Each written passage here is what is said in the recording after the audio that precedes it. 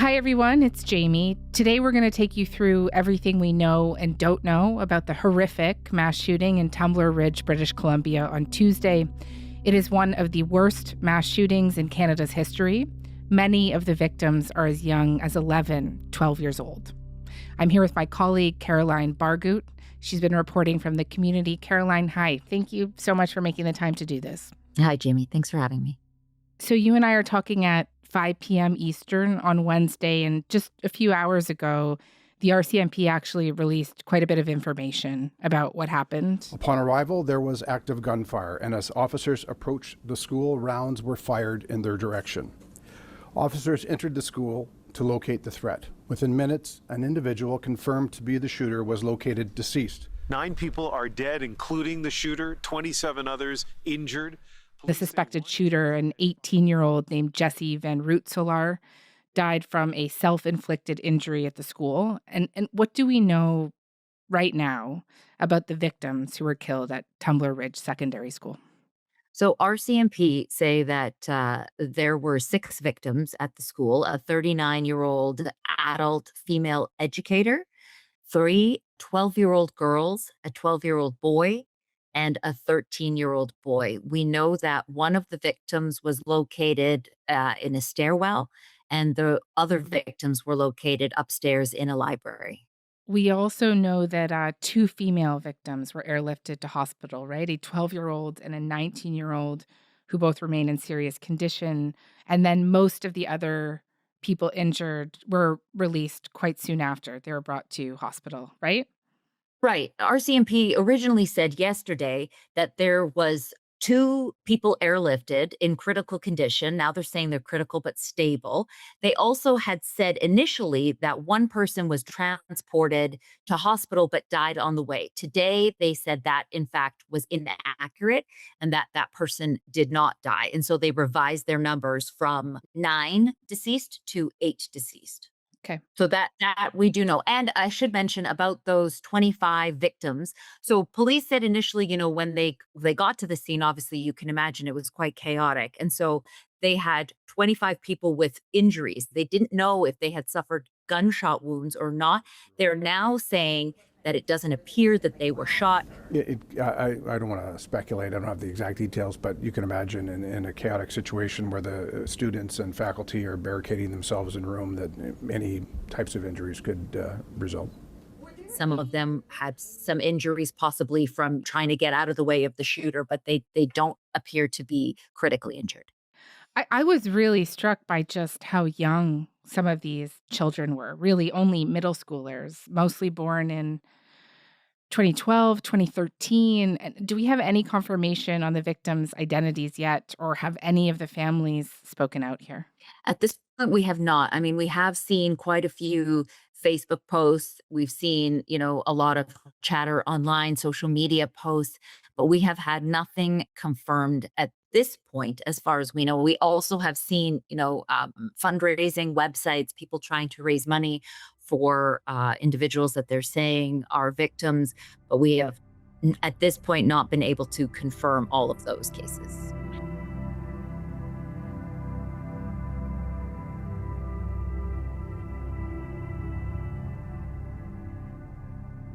The shooter was a local resident of Tumbler Ridge. And what else do we know about Jesse Van Rootselaar right now? We learned quite a bit from the RCMP press conference that you said was just a couple of hours ago.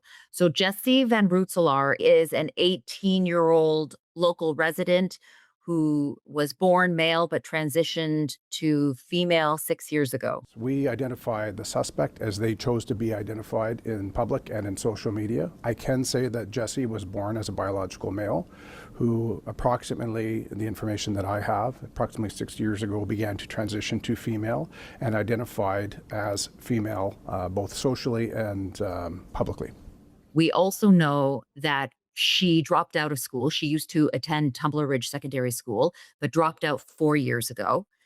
And that there was a long history of association with police. So police said that they had been called to the home numerous times over the years for mental health related issues. police had attended that residence on multiple occasions over the past several years, dealing with concerns of mental health with respect to our suspect.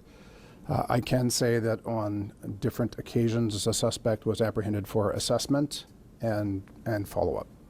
On one occasion, firearms were seized from the home, and then a petition was made to have those firearms returned. Those firearms were returned. At this point, we don't know or don't believe that the firearms were registered to Jesse, but police are still in the process of investigating.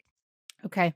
And just right now, we have no idea about any kind of motive here. No, at all. And police said that, at the press conference, a reporter asked, did the suspect leave a note or any other communication in advance of this happening? Not that we've located so far, but we are continuing to pursue that lead. Was there anything that was left that could give police any indication that people had been targeted? And police said no, not at this point. Well, we don't have an idea yet as to motive. And again, recognizing we're still less than 24 hours into this incident, it is something that we are certainly passionately pursuing.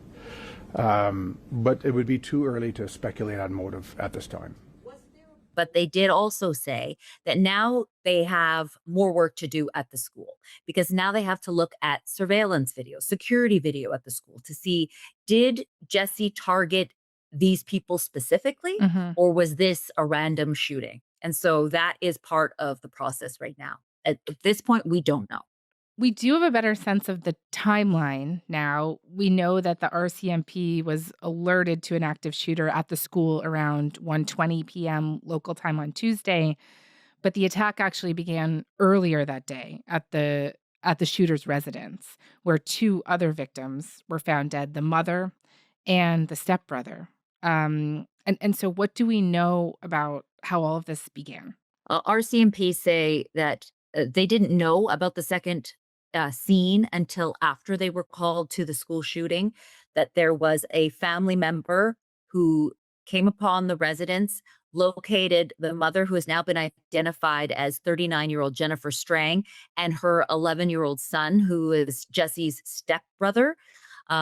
Police believe that Jesse killed her mother and her stepbrother before going to the school. We know that a family member came upon the victims, found them deceased, ran to a neighbor's home. We were called because a neighbor, there was a young female at that home that went to the neighbors, and that's how we learned that there were two deceased at that residence. So the neighbor called the police. And that is what triggered police to even go to that residence, because at that point they had only heard about an active shooter at the school and didn't know there was a secondary residence. I was listening to the officer at the press conference say that was actually a young female who would have come across her family members and then run to the neighbors. So that must have also been very traumatic.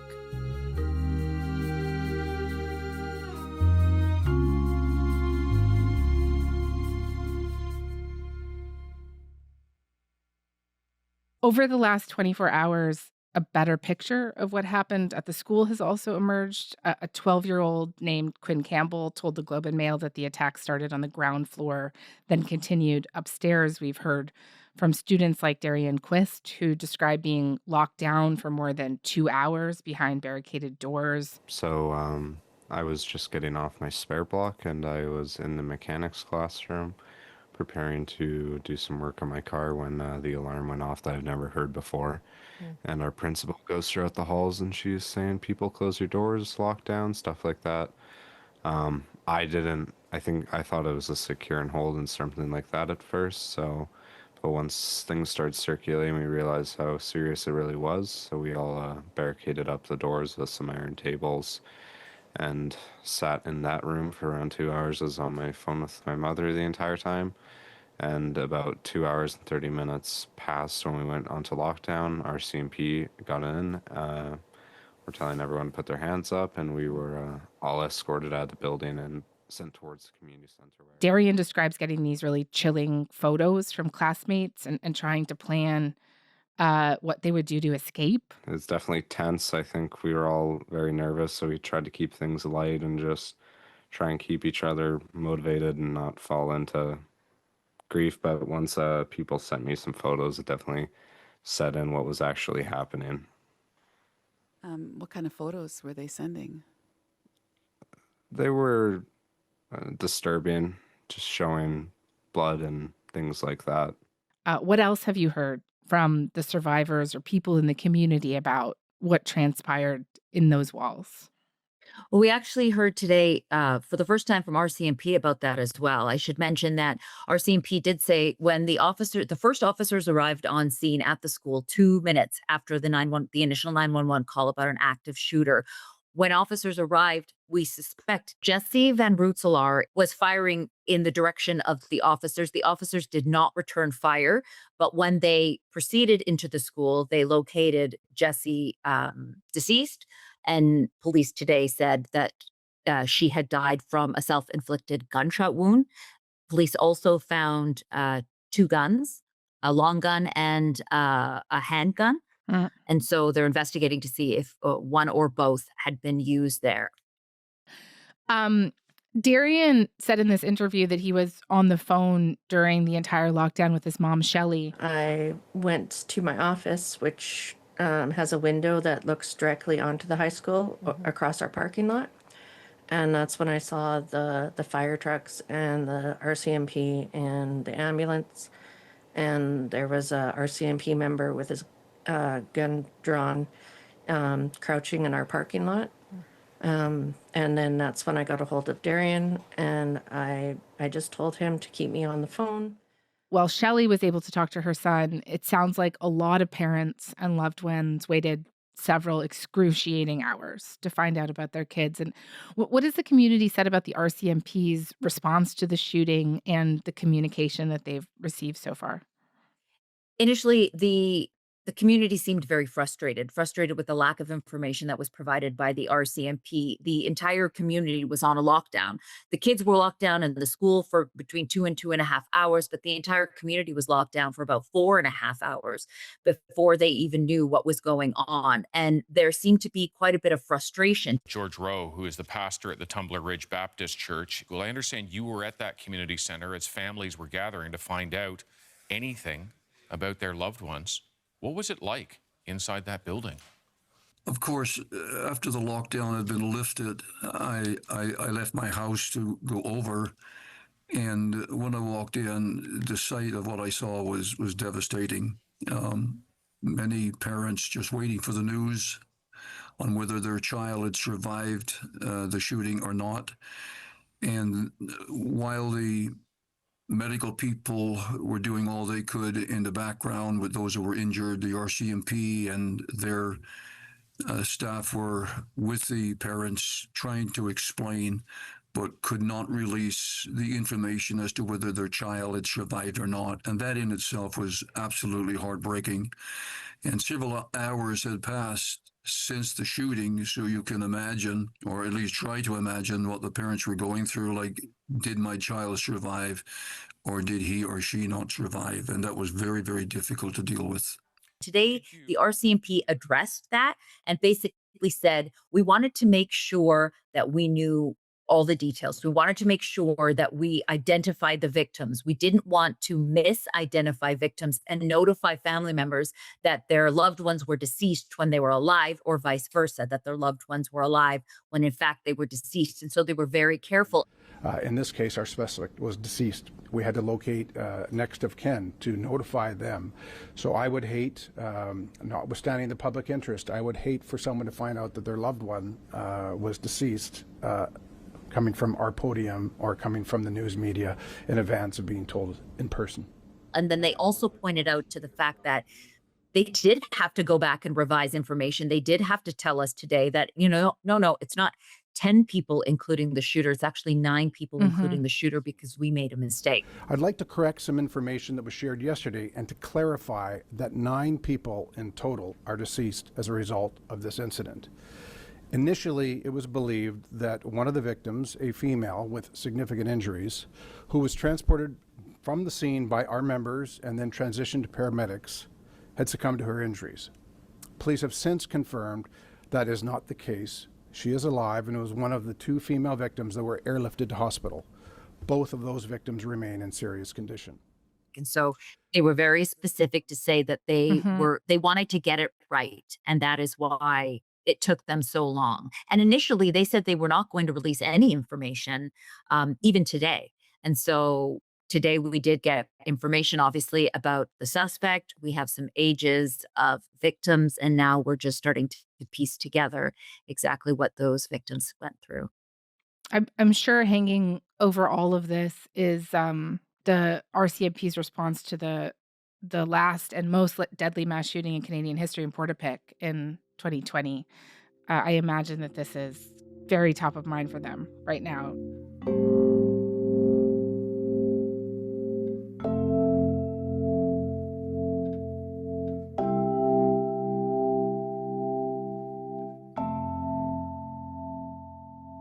Tumbler Ridge is located in the foothills of the Northern Rockies. It is this picturesque BC mining town known for its nature trails and actually dinosaur discoveries. It's this really tight-knit community of 2,400 people.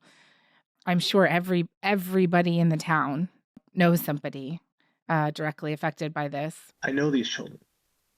I've seen them grow up. I've interacted with them. We sang stories together. We read books together.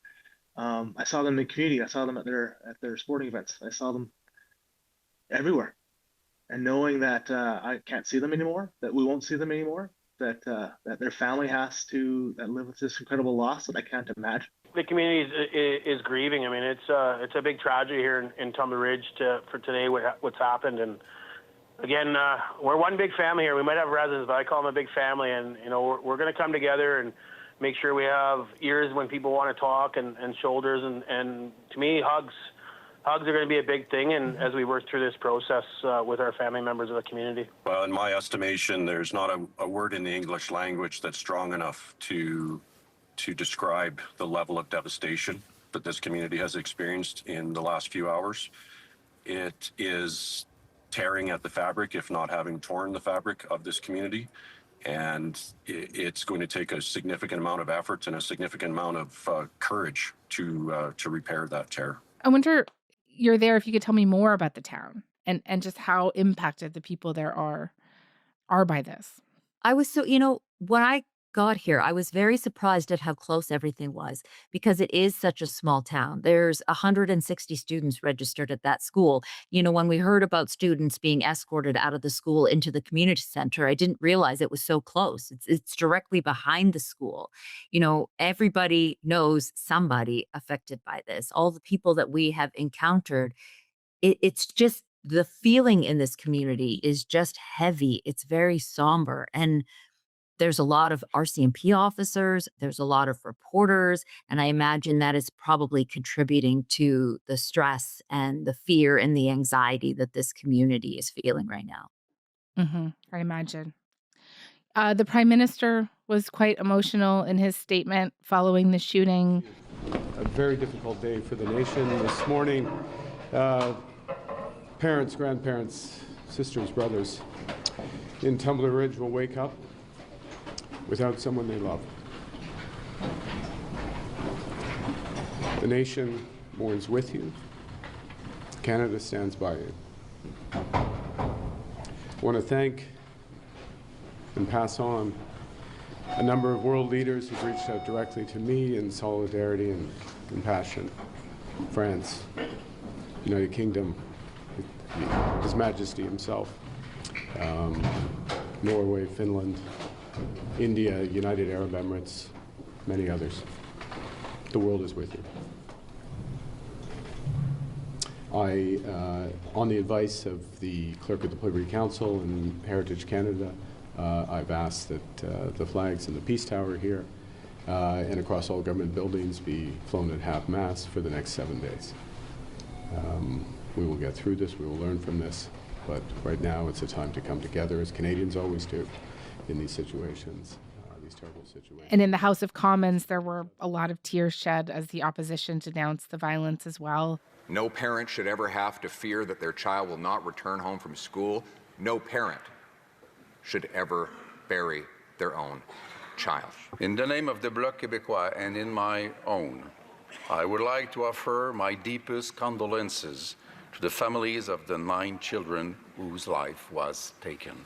In a place where everyone knows one another, where neighbors are more like extended family, a loss like this reverberates through every home, every workplace, and every gathering.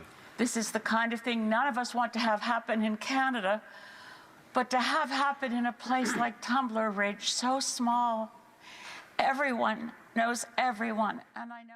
Before we say goodbye here, Caroline, BC RCMP Major Crime has now assumed conduct of the investigation. And so what right now are the biggest questions left unanswered at this point? I think the biggest question is why? Mm. Why did this happen? And what could have been done to prevent it? Obviously, there were years of contact with police. There was mental health issues, the issues with the guns. I mean, there are so many questions in this community. Mostly why and what could have been done, and could this have been prevented? And right now, are there plans for any vigils? I understand there's a vigil tonight at the legislature in Victoria. Also, the flags are flying at half-mast in this community. Tomorrow, when this airs, I guess, will be a day of mourning here in British Columbia. The throne speech was supposed to be delivered tomorrow, and now it is being canceled. Okay. Caroline, thank you very much for this. Take care. Take care out there. Thank you.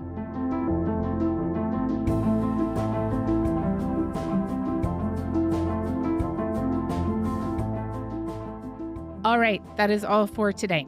I'm Jamie Poisson. Thanks so much for listening. Talk to you tomorrow.